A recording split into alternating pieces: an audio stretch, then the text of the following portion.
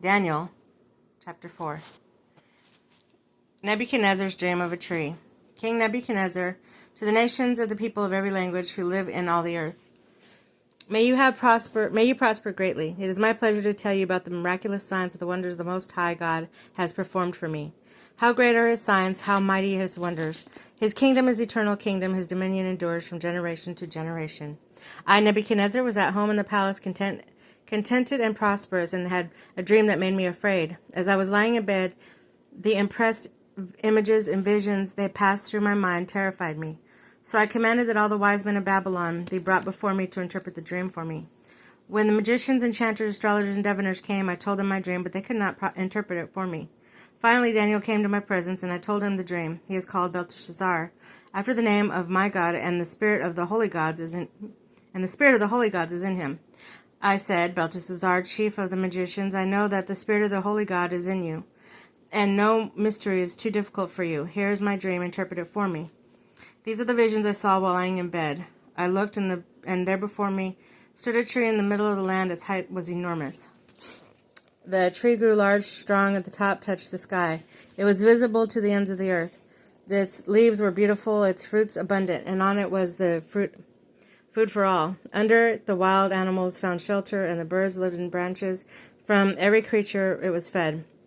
In the visions I saw while lying in bed, I looked, and there before me was the Holy One, a messenger, coming down from heaven. He called with a loud voice, Cut down the tree, and trim its branches. Strip off its leaves, and scatter its fruit. Let the animals flee from under it, and the birds from the branches. But let the stumps and roots, bound with iron and bronze, remain from the ground, and the grass in the field. Let him be drenched with the dew of heaven. Let him live with the animals among the plants of the earth. Let his mind be changed from that of a man, and let him be given the mind of an animal, till 70 times pass before him. The decision is announced by messengers. The holy ones declare the verdict, so that the living may know that the Most High is sovereign for all kingdoms on earth, and gives them to anyone he wishes, and sets over them the lowliest of people. This is the dream that I and King Nebuchadnezzar had. Now, Belteshazzar, tell me what it means, for none of the wise men in my kingdom can interpret it for me, but you can, because you have the spirit of the holy gods in you. Daniel interprets the dream. Then Daniel, also called Belteshazzar, was greatly perplexed for a time, and his thoughts terrified him. So the king said, Belteshazzar, do not let the dream or its meaning alarm you. Belteshazzar answered, I can't say that very well, but if only the dream applied to your enemies and its meaning to your adversaries. The tree you saw, which grew large and strong, with its tops touching the sky, visible to the whole earth, with beautiful leaves and abundant fruit, providing food for all, giving shelter to the wild animals, and having nesting places in its branches for the birds. Your Majesty, you are that tree. You have become great and strong. Your greatness has grown until it reached the sky. Your dominion extends to the distant parts of the earth. Your Majesty saw a Holy One, a messenger, coming down from heaven and saying, Cut down the tree and destroy it, but leave the stump, bound with iron and bronze, its grass of the field, while its root remains on the ground. Let him be drenched with the dew of heaven. Let him live with the wild animal until 70 times pass by him.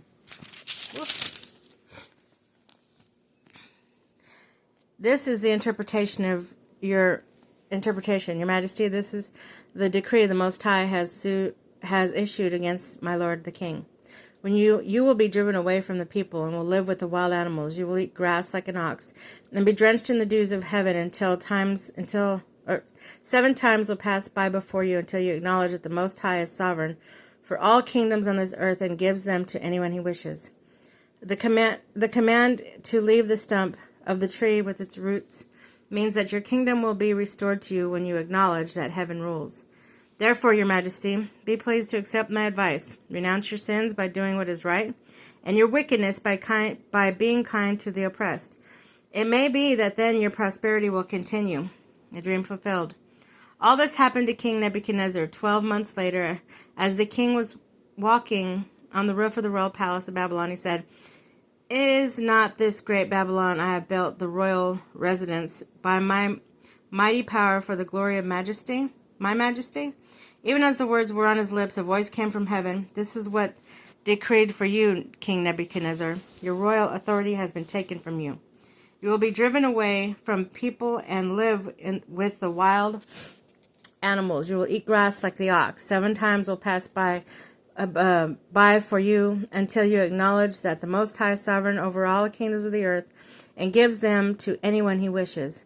Immediately, what had been said about Nebuchadnezzar was fulfilled. He was driven away from people and ate grass like an ox. His body was drenched with the dew of heaven until his hair grew like the feathers of an eagle and his nails like the claws of a bird. At the end of that time, I, Nebuchadnezzar, raised my eyes towards heaven, and my sanity was restored. Then I praised the Most High, honored and glorified him who lives forever. His dominion is eternal dominion. His kingdom endures from generation to generation. All the people of the earth are regarded as nothing. He does as he pleases with the powers of heaven and with the people on the earth. No one can hold back his hand and say to him, "What have you done?" At the same time that my sanity was restored, my honor and splendor were returned to me for the glory of my kingdom. My advisors and nobles sought me out, and I was restored to my throne and became even greater than before. Now I, Nebuchadnezzar, praise and exalt and glorify the King of heaven, because everything he does is right and all his ways are just, and those who walk in pride he is able to humble.